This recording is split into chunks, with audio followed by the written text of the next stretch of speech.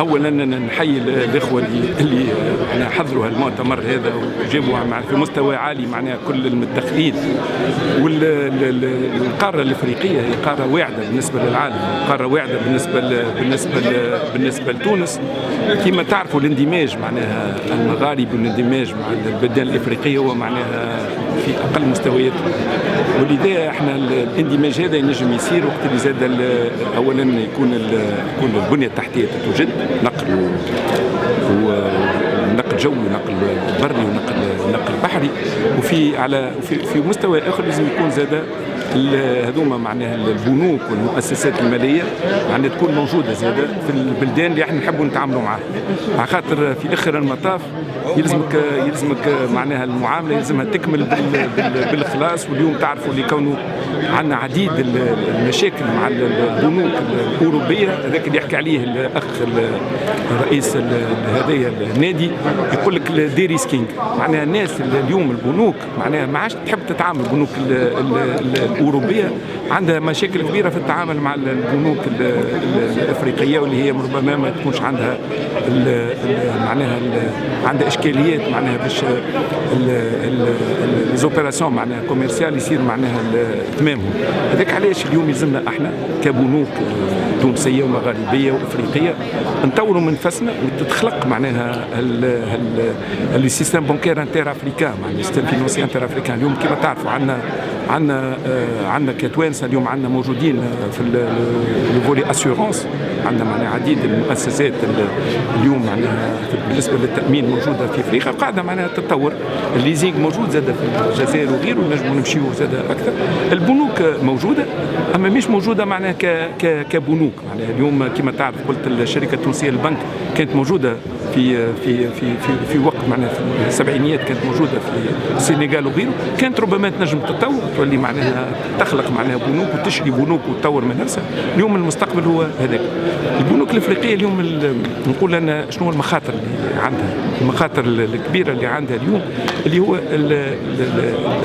هذه اللي ريغولاسيون معناها الانظمه اللي قاعده نعملوا فيها بالنسبه للمنظومه، هي انظمه دوليه، هذه بال 1 وبال 2 وبال 3. اليوم مش البنوك الكل ينجموا ينفذوا بالطريقه اللي نجموا ينفذوا بها البنوك الاخرى، وذاك علاش تصير نوع من الاشكاليات والنقاش باش يصير اليوم وغدوه قدره الله باش يجي عليهم ويحاول يلقى الحلول المجديه بالنسبه لهم. على هذيك هم اليوم يحكيوا على الريغلومونتاسيون، يمكن ربما الاجراءات ولا المنظومه القانونيه اللي تنجم معناها ما بين البنوك هذه الكل تنجم ربما في تقارب الانظمه نتاعهم، في تقارب القوانين هذه انها تنجم تكون موجوده على القاره الافريقيه، وحتى لما لا حتى في التعامل مع اوروبا والا مع بلدان اخرى في العالم. هو الاشكال اليوم اللي كما قلت انا في معناها في المحاضره نتاعي قلت اللي كانوا اليوم احنا تعدينا، احنا عندنا مشاكل كبيره من قبل، معناها بنوكنا ماهيش متطوره، ماهيش كبنوك افريقيه ماهيش مهيكله باش تنجم تكون معناها بنوك جهويه كبيره.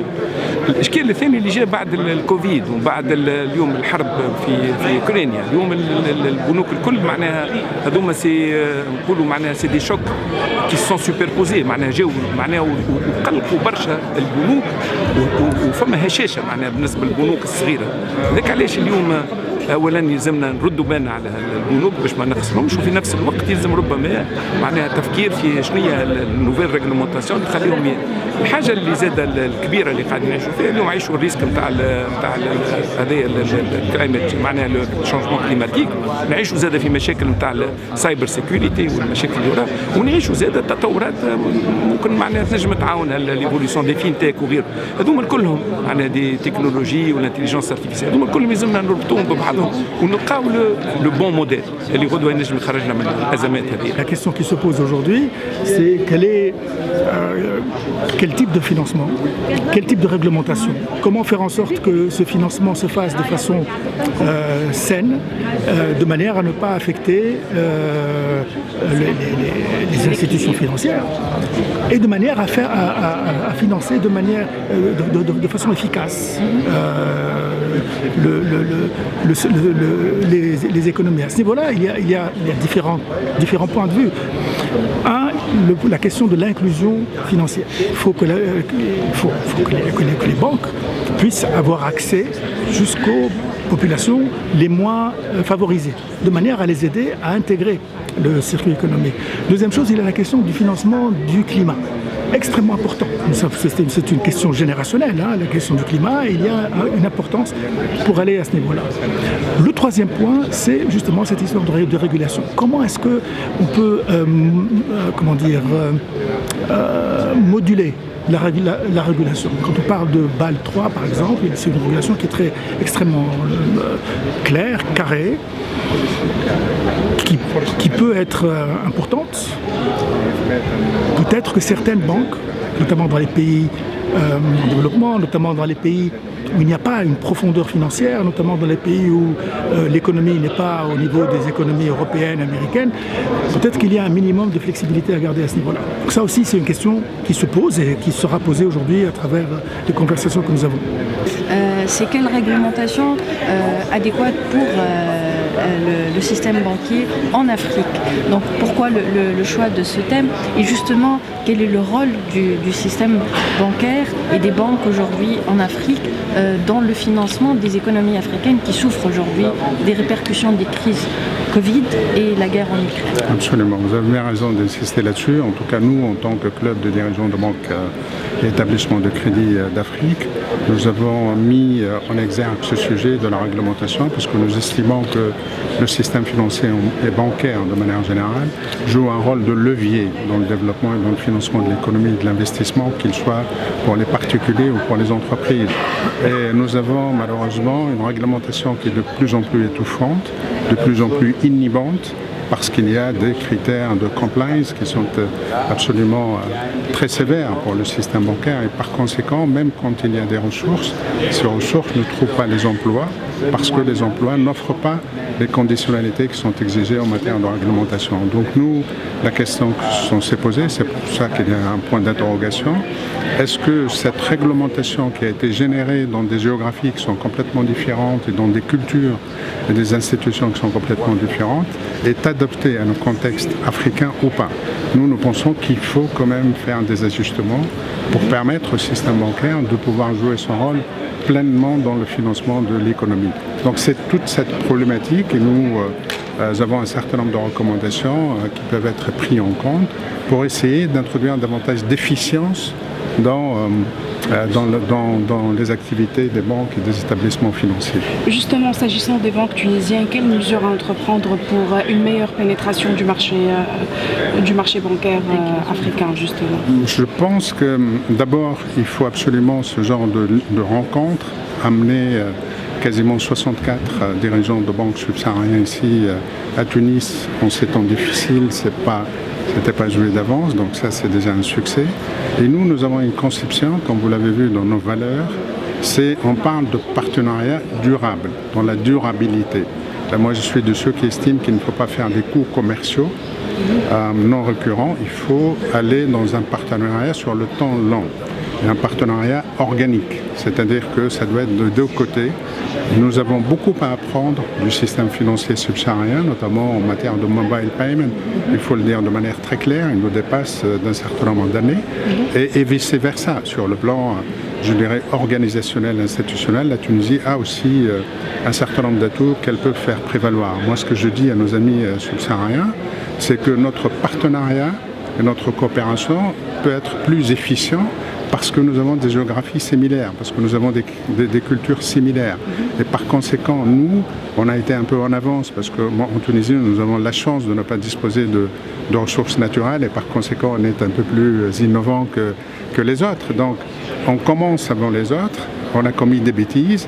Je crois qu'au moins éviter à nos partenaires de commettre les mêmes bêtises pour essayer ensemble de générer un système qui soit viable. Si Habib, une question sur le rôle des banques aujourd'hui. On parle d'effet d'éviction dans un contexte de surendettement. Donc quels sont les défis auxquels font face les banques pour justement jouer le rôle de financement de l'économie? Je crois que on est dans un contexte particulier en Tunisie où il y a une crise grave des finances publiques. Et par conséquent, comme vous le savez, l'État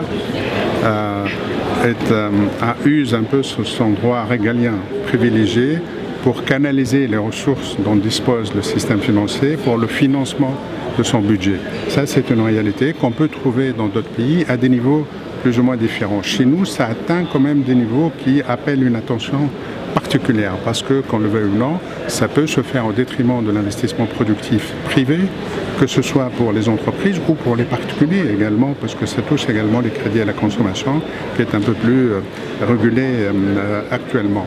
Moi, je pense que le maître mot, vous savez, dans une combinaison de production, il y a le capital et le travail. Moi, j'ai toujours tendance à ajouter un troisième facteur que j'appelle la confiance, et qui est exclusif de deux autres, parce que vous pouvez avoir le capital et le travail, mais s'il n'y a pas de confiance dans les institutions, s'il n'y a pas de stabilité, quand je dis stabilité, pas seulement politique ou sécuritaire, stabilité législative, stabilité fiscale, stabilité sociale, sur le sens où une production de texte qui ne soit pas trop contraignante et trop complexifiante, si je puis dire. Donc, si on arrive à rétablir la confiance, moi je pense que c'est fondamental parce qu'il ne faut pas se faire d'illusions. Au niveau de l'État, il n'y a pas de ressources. Il faut être très clair là-dessus. Si on arrive à dégager des ressources juste pour maintenir les fonctions essentielles de l'État, de mon point de vue, que sont l'éducation, la santé, le transport et la justice, parce que sans justice, il n'y a pas de cité, tout simplement. Il faut, le reste, il n'y a que le secteur privé qui peut le faire. Et donc, il faut remettre la confiance, il faut toiletter complètement les textes que nous avons, parce que c'est des textes d'un autre âge, qui inhibent l'initiative avec un potentiel absolument fantastique de start-upers, avec des idées extrêmement innovantes, etc.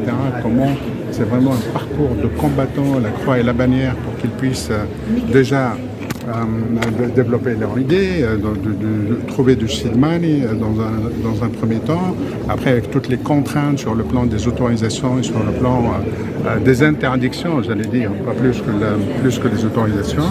Donc il faut absolument dégager tout cela et faire en sorte qu'on ne peut pas se permettre en Tunisie actuellement de rater la réalisation de toute initiative. C'est même criminel que de penser qu'on empêche quelqu'un de réaliser son initiative parce qu'il y a un texte qui est complètement mieux sur la question et parce que l'administration, tout ce qui n'est pas cité, tout ce qui n'est pas autorisé pour eux est interdit, alors que ça devrait être le contraire, et aller vers le sens. Vous savez, nous, on intervient en Afrique subsaharienne. Pourquoi les pays de l'Est de tradition anglophone dépassent les pays de tradition francophone? Parce qu'il y a la civil law pour ce qui est la France et pour nous autres, et l'autre c'est la common law. Et le principe de la common law, c'est confiance a priori, contrôle a posteriori. Il faut établir la confiance et contrôler par la suite, mais pas mettre en place des textes qui sont inhibants. Moi j'ai tendance à dire, c'est pour ça que j'ai des craintes à chaque fois qu'on me dit qu'on va sortir un texte nouveau. J'ai vraiment de l'inquiétude, parce que je pense qu'il y a une inflation de textes, parce que nos textes, malheureusement, sont faits quasiment pour 5% de ceux qui ont l'intention de tricher et de dépasser les bords. Pas pour les 95% qui veulent. Il y a tous les éléments sont faits. Il est interdit de et puni de. Alors qu'on devrait plutôt dire, si vous faites ceci ou cela, voilà, c'est permis, etc. Donc c'est une question de mentalité à ce niveau-là et il faut absolument la changer si on veut. Parce que je suis de ceux qui estiment qu'on a des avantages compétitifs énormes. Un potentiel d'innovation avec tous ces blocages, toute cette réglementation étouffante. Et il y a des gens qui prennent le risque de produire et qui réussissent malheureusement à l'extérieur, parce qu'on les empêche de réussir ici, au-delà d'une certaine taille. Il y a même des gens qui risquent la prison, parce que cette activité qui est nouvelle, qui n'est pas cadrée par la loi.